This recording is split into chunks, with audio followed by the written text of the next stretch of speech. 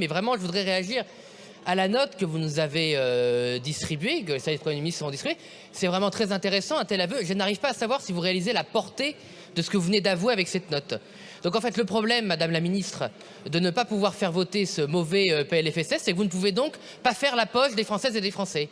Puisque l'élément principal, le point numéro 1 et l'élément central en conclusion, c'est que si on ne vote pas votre PLFSS, ah bah c'est dommage, les prestations vont être indexées, les retraites ne seront pas gelées et l'État ne sera donc pas en mesure de faire les poches des Français, de les priver de pouvoir d'achat et de ne pas les spolier. C'est exactement ce qui est écrit dans votre note. C'est exactement ce qui est écrit dans votre note. Et ensuite, on nous dit, oui, bon bah pour le reste, on gérera par 12e, tout ça n'est pas très grave, le pilotage. Mais ce qui est encore plus intéressant, c'est qu'on savait déjà que vous vouliez spolier les Français, il suffit de lire les articles du PLFSS, il suffit de voir ce à quoi s'oppose le Rassemblement national et ce à quoi vote contre, et puis il suffit de voir aussi ce que vote le Sénat LR, puisqu'il rétablit tous les moyens de spolier les retraités et les malades en France. C'est ce que vous ne dites pas ?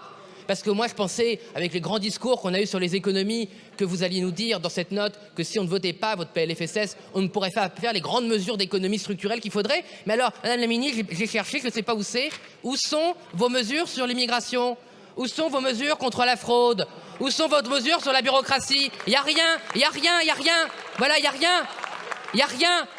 Tout ça, ce n'est qu'un aveu qu'il faut faire comme avant. Il faut continuer à pomper les Français, il faut continuer à affaiblir le système de santé et il faut surtout faire aucune économie structurelle. Votre note, c'est 3 pages pour expliquer au Parlement qu'il faut vous soumettre à vos dogmes, piquer l'argent des Français, ne rien faire contre l'immigration, ne rien faire contre la fraude. Merci, c'est une confirmation de la position de vote du RN. Madame la Ministre. Monsieur le député Tanguy, on connaît votre sens à la fois du théâtre, la mise en scène, et toujours de la réserve et du sens de la gravité des moments que nous vivons. Alors, je crois que l'avantage d'un texte, c'est que, vous savez, on peut en lire tous les mêmes paragraphes. Je lis page 2.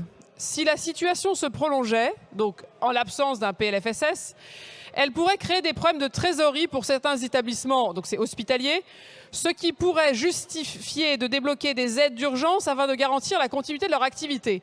Aides d'urgence donc pas financées, donc qui accroîtraient encore plus le déficit, qui, je le lis en bas de la page 2. L'absence de loi de financement conduirait à une dégradation très forte des comptes de la sécurité sociale, avec un déficit prévisionnel en 2026 sans doute au-delà de 30 milliards d'euros.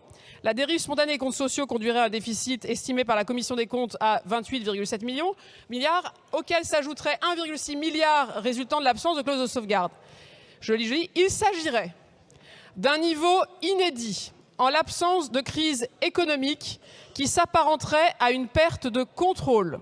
Il pourrait en outre être aggravé encore dans la mesure où une telle situation s'accompagnerait probablement d'une dégradation macroéconomique préjudiciable aux recettes sociales. Alors vous voyez, avant de faire des confettis des notes qui sont produites par les directeurs d'administration centrale, Monsieur Tanguy, je pense qu'il faut être conscient d'une chose. Cette note n'est pas une note sur les mesures d'économie. Elle dit, si un PLFSS n'est pas voté, alors la situation, je lis, s'apparenterait à une perte de contrôle, les établissements de santé feraient face à une crise de trésorerie et le déficit ne pourrait pas être tenu puisqu'il nous faudrait des aides d'urgence pour nous assurer que les Français continuent d'être soignés.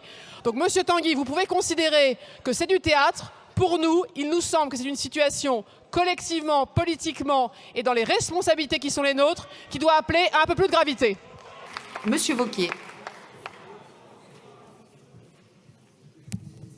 C'est consternant de voir la légèreté des propos tenus par notre collègue Tanguy à l'instant. Mais consternant. C'est-à-dire, vous avez une note qui nous dit « Si jamais il n'y a pas de projet de loi, nous ne pourrons pas ouvrir de nouvelles places en maison de retraite. » Aucune importance pour M. Tanguy. Nous avons une note qui nous dit « S'il n'y a pas de projet de loi de financement, nous ne pourrons pas avoir de nouveaux projets dans les hôpitaux. Pas de financement de nouveaux scanners, pas de financement d'IRM. » Aucune importance pour M. Tanguy et le RN. Nous avons une note qui nous dit « Si nous n'avons pas de projet de loi de financement, nous ne pourrons pas accompagner le handicap avec les plans qui sont attendus. » Aucune importance pour le RN et M. Tanguy. Nous avons une note qui nous dit « Des établissements seront en faillite, des maisons de retraite et des hôpitaux. » Aucune importance pour le RN et M. Tanguy. Nous avons une note qui nous dit « Les infirmières ne pourront pas disposer des nouveaux dispositifs. » Aucune importance pour M. Tanguy et le RN. Alors, Monsieur Tanguy, soit vous êtes irresponsable, soit vous ne savez pas lire, mais il y a une chose qui est sûre, vous êtes meilleur pour voter les augmentations d'impôts avec la gauche.